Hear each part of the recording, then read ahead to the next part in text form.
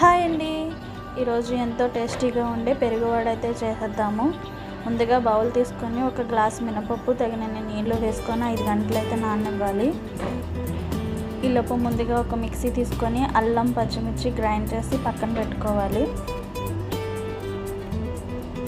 ఇప్పుడు ఒక బౌల్లోకి కూల్ వాటర్, సాల్ట్, కొద్దిగా పెరుగు వేసి కలిపి పక్కన పెట్టుకోవాలి. వేరే బౌల్లోకి చికెన్, పెరుగు, సాల్ట్ ముందుగా మిక్స్ చేసుకున్న మిశ్రమాన్ని వేసి కలిపి పక్కన పెట్టుకోవాలి.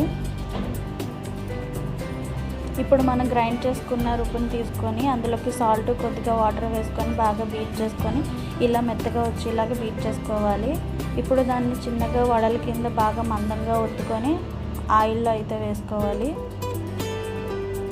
పొట్టు మినపప్పు తీసుకొని వేస్తేనే వడలు అయితే చాలా మెత్తగా మృదువుగా అయితే వస్తాయండి.